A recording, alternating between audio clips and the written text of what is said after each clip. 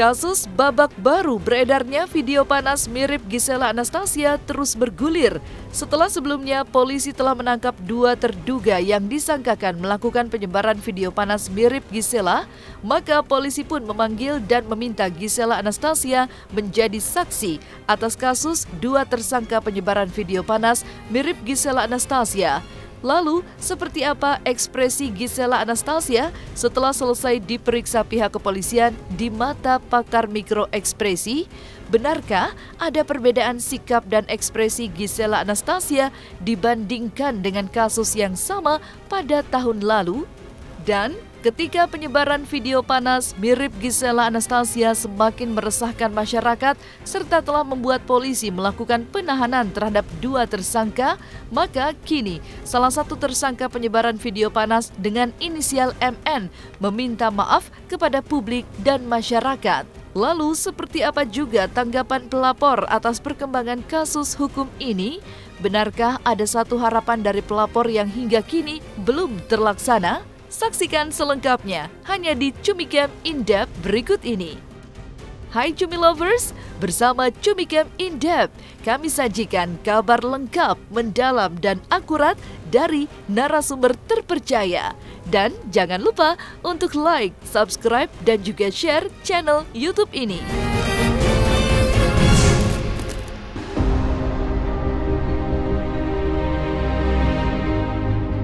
Babak baru kasus video panas mirip Gisela Anastasia terus bergulir dan memasuki babak baru.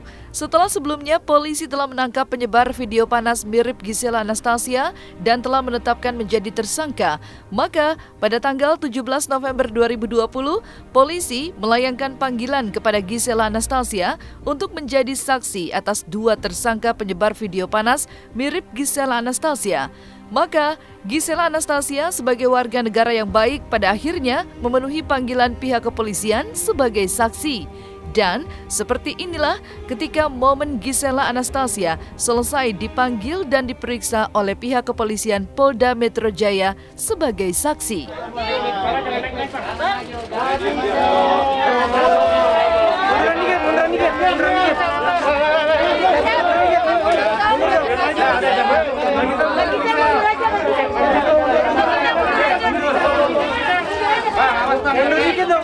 Mundur dikit dong, mundur dong. Tadi janji. Saya mundur, saya dikit. Happy birthday. Oke ya, oke ya. Oke. Bagi Sel. Marisanya seperti apa Mbak Gisel? Kita ikutin aja prosedurnya sebagai warga negara yang baik. Datang, kita ikutin aja. Oke. Oke. Terima kasih ya. Terima kasih.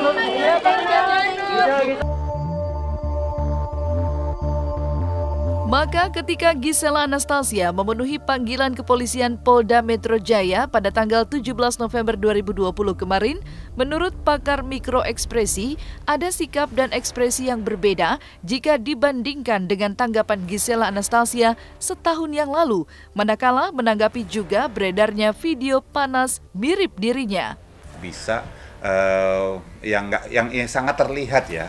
Kalau kita bicara respon besarnya tahun sebelumnya, tahun 2019 kemarin, terlihat sekali bahwa Gisel itu menghadapi media dengan blunt. Blunt itu langsung belak-belakan, tek gitu ya, yang istilahnya direct ya. Dia bilang bahwa oke, kita laporin, tuntut, nggak akan dimaafin.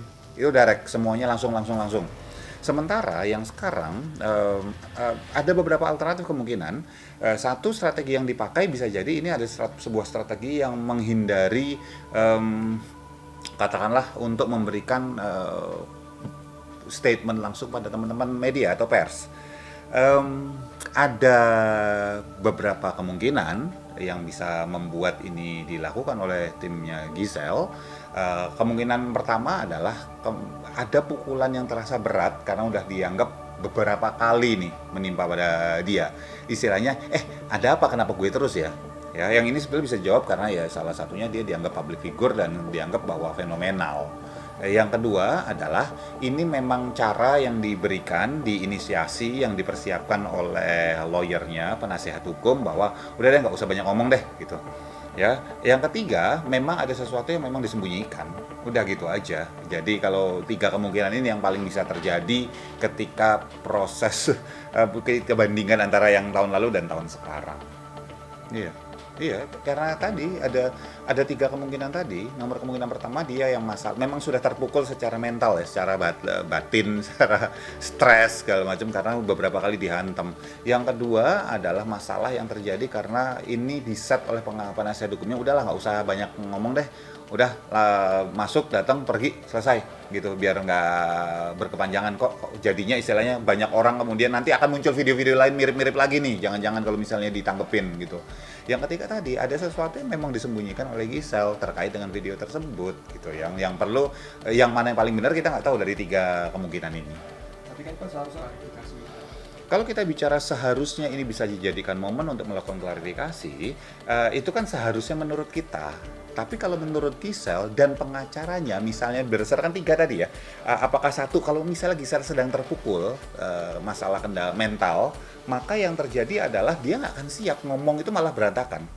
Yang kedua, kalau ini ada sebuah strategi yang dibuat diset oleh penasihat hukumnya supaya nggak lagi kemudian memicu orang jadi muncul video-video mirip-mirip Giselle lagi, karena mungkin dia berasa ditantang lah orang-orang berdasarkan yang tahun lalu gitu, dipicu jadinya, jadi kayak yaudah kita laporin segala macam gitu, dan membuat banyak orang jadi pingin bikin video yang mirip misalnya, itu kan jadi kontraproduktif gitu. Jadi ini disuruh ya udah sekarang diam aja. Atau yang 3 yang istilahnya ini ya udahlah, memang ada sesuatu yang disembunyikan, ditutupin dulu terkait memang video tersebut gitu, yang bisa apapun bisa lebih masuk akal. Apakah itu memang ternyata memang khusus ditarget pada Giselle, apakah itu kemudian memang ada sebuah kebocoran untuk dokumen pribadi dan sebagainya, itu macam-macam. Sekali lagi tetap 3 kemungkinan ini yang paling besar, dan itu adalah sisi pandang dari mereka, kenapa mereka memutuskan untuk tidak banyak bicara seperti halnya tahun lalu. Yang jelas dari 3 kemungkinan ini semuanya nutup. Semuanya ini jelas bahwa Giselle dan pengacaranya memutuskan untuk tidak memberikan jalur teman-teman media untuk akses. Dan itu adalah nutup dalam hal, dengan cara apapun itu namanya nutup ya. Alasan nutupnya tadi yang saya katakan, satu, bisa jadi karena memang secara mental dia udah nggak kuat, capek gitu loh, udah terlalu capek dan mikirin misalnya Gempi gimana dan sebagainya, keluarga gimana dan sebagainya. Ingat bahwa Giselle itu adalah orang yang sangat memperhatikan apa kata orang. Itu bisa kita dapetin dari statement dia yang tahun lalu. Misalnya, wah ini nanti orang bilang apa, tatapan watak pada saya gimana. Giselle itu termasuk berarti orang yang kata orang gimana terhadap saya ya, itu penting buat dia. Jadi wajar kalau dia terpukul, yang nomor 1. Yang nomor 2, kalau misalnya penasihat hukumnya melihat bahwa ini kontraproduktif, ini nggak akan bawa apa-apa juga kalau statement, malah akan menjadi api lebih besar lagi di masyarakat, maka bisa jadi cara berhadapan dengan media itu diatur oleh penasihat hukumnya.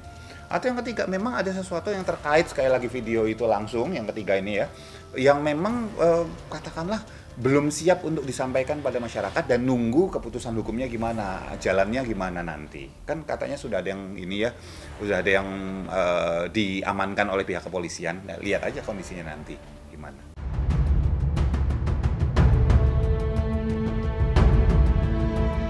Perbedaan ekspresi Gisela Anastasia ketika pada tahun yang lalu dengan kondisi ekspresi Gisela Anastasia saat setelah menjalani pemeriksaan di Polda Metro Jaya pada tanggal 17 November 2020 lalu ada perbedaan. Dan juga Kirdi Putra selaku pakar mikroekspresi pun tak lupa juga memberikan analisisnya terhadap video klarifikasi Gisela Anastasia kepada media. Lalu benarkah Gisela Anastasia merasakan kecewa dan frustasi dengan kejadian yang menimpanya saat ini? Yang kalau bahwa lebih tertekan itu salah satu kemungkinan yang cukup besar. Kenapa? Udah bukan kejadian pertama dan itu sudah disampaikan dalam klarifikasi Giselle yang sebelumnya, yang di semacam vlog ya, video atau diskusi waktu itu dengan teman media jarak jauh ya. Itu kan sudah terlihat bahwa dia memang emosi yang paling terlihat adalah shame sama anger, malu dan marah. Jadi beberapa kali terlihat dia senyum bibirnya gini, atau gini, senyum tapi bibirnya tarik gitu, tegang. Ini marah. Jadi sebetulnya kondisinya Giselle, kan kalau kita bicara grafik ya, grafik tentang kondisi apakah itu grief dan segala macam gitu, orang itu akan ngerasa frustration setelah dia marah sebelumnya. Karena kenapa seseorang itu bisa frustrasi kalau dia merasa tidak nyaman dengan kondisi sekarang, tapi tidak merasa tidak bisa berbuat apa-apa, itu frustrasi keluarnya. Kalau secara psikologis kayak gitu. Dan ketika tadi kita sudah mendengarkan bagaimana Gisela Anastasia memenuhi panggilan kepolisian untuk menjadi saksi, maka di segmen selanjutnya kita akan mendengarkan bagaimana pihak dari tersangka penyebar video panas mirip Gisela Anastasia angkat bicara seputar kasus yang telah menjeratnya sebagai tersangka. Saksikan selengkapnya hanya di Cumicam In-Depth berikut ini. Hai Cumi Lovers, jangan lupa untuk like, subscribe, dan juga share channel YouTube ini.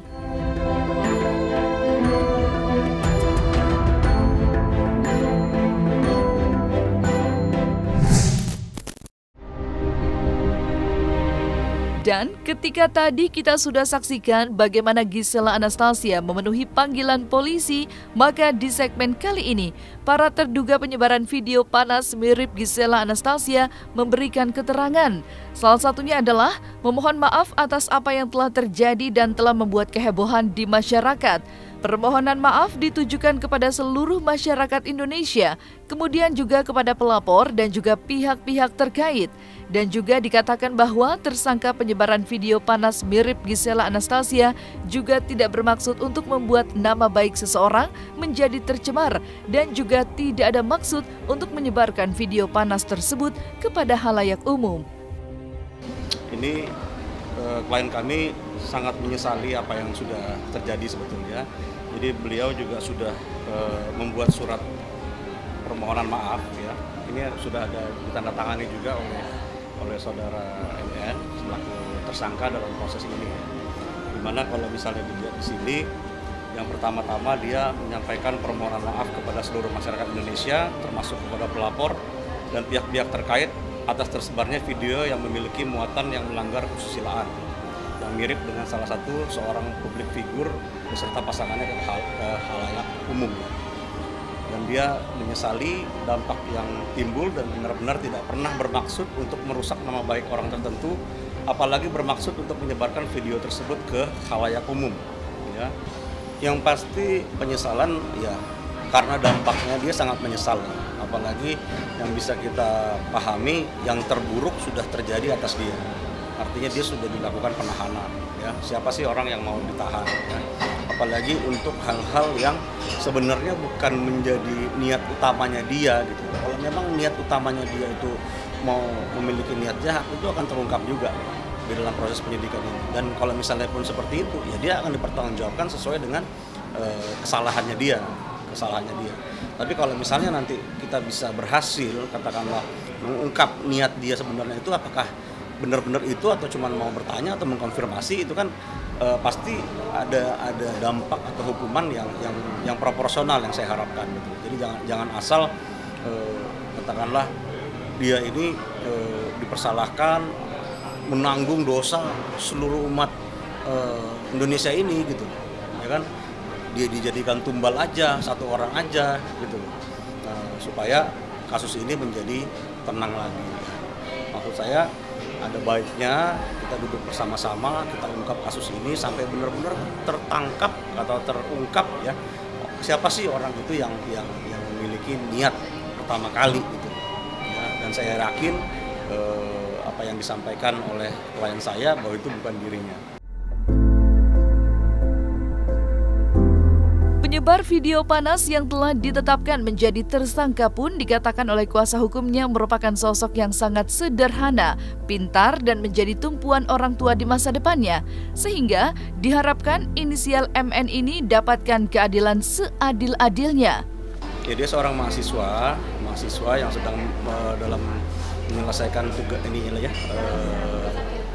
Ya sebenarnya udah selesai juga sih. Ya, makanya sangat disayangkan lah ada tersangkut masalah ini.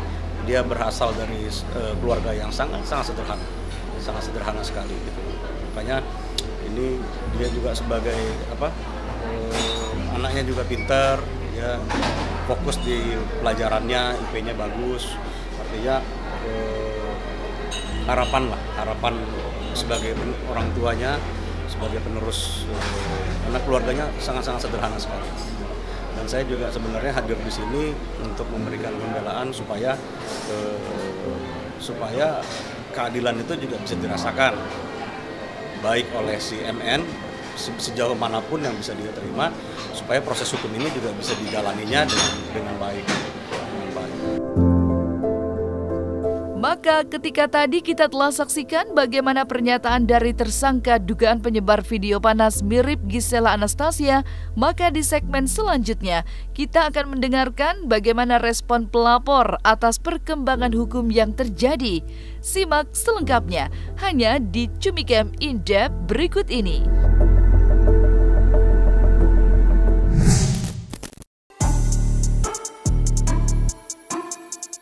Maka ketika tadi kita sudah saksikan bagaimana tersangka penyebar video panas telah meminta maaf kepada halayak publik, maka di segmen kali ini kita dapat saksikan bagaimana respon pelapor melihat perkembangan kasus hukum serta tindakan aparat kepolisian yang dinilai sungguh cepat dalam menangani kasus video panas mirip Gisela Anastasia. Lalu, seperti apa harapan dari pelapor atas beredarnya video panas mirip Gisela Anastasia yang telah membuat keresahan di masyarakat?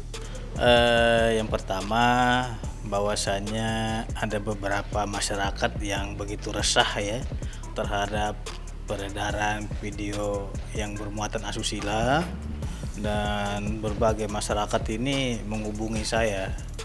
Saya selaku advokat ya wajib menegakkan hukum untuk menghentikan peredaran penyebaran video yang bermuatan asusila tadi. Sehingga pada hari Minggu, tepatnya tanggal 8 November 2020 pukul 10.00 WIB, saya membuat laporan polisi di Polda Metro Jaya dalam pasal 27 ayat 1 junto pasal 45 Undang-Undang ITE dan pasal 4 pasal 34 Undang-Undang Pornografi. Nah, terhadap permasalahan ini yang menjadi sorotan kami bahwasanya video yang bermuatan konten asusila tadi sudah sangat meresahkan masyarakat, dan yang dikhawatirkan adalah penyebarannya dapat dikonsumsi oleh anak-anak, di mana anak-anak saat ini sedang menggunakan sistem daring dalam sistem belajar mengajarnya. Kita sangat khawatir sekali peredaran ini dapat menyentuh kepada anak remaja dan anak-anak di bawah umur, sehingga kita sikapi dengan serius.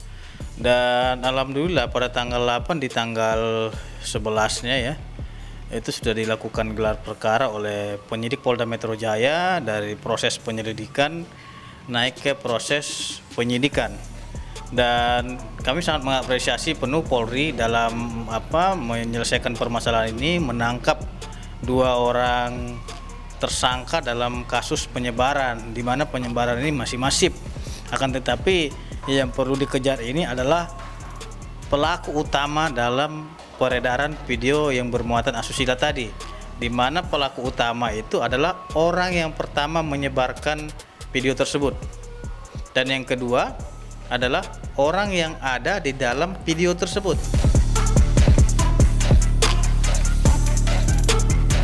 Nah, selesai sudah Cumi Lovers bersama Cumicam In-Depth, kabar lengkap, mendalam, dan akurat dari narasumber terpercaya.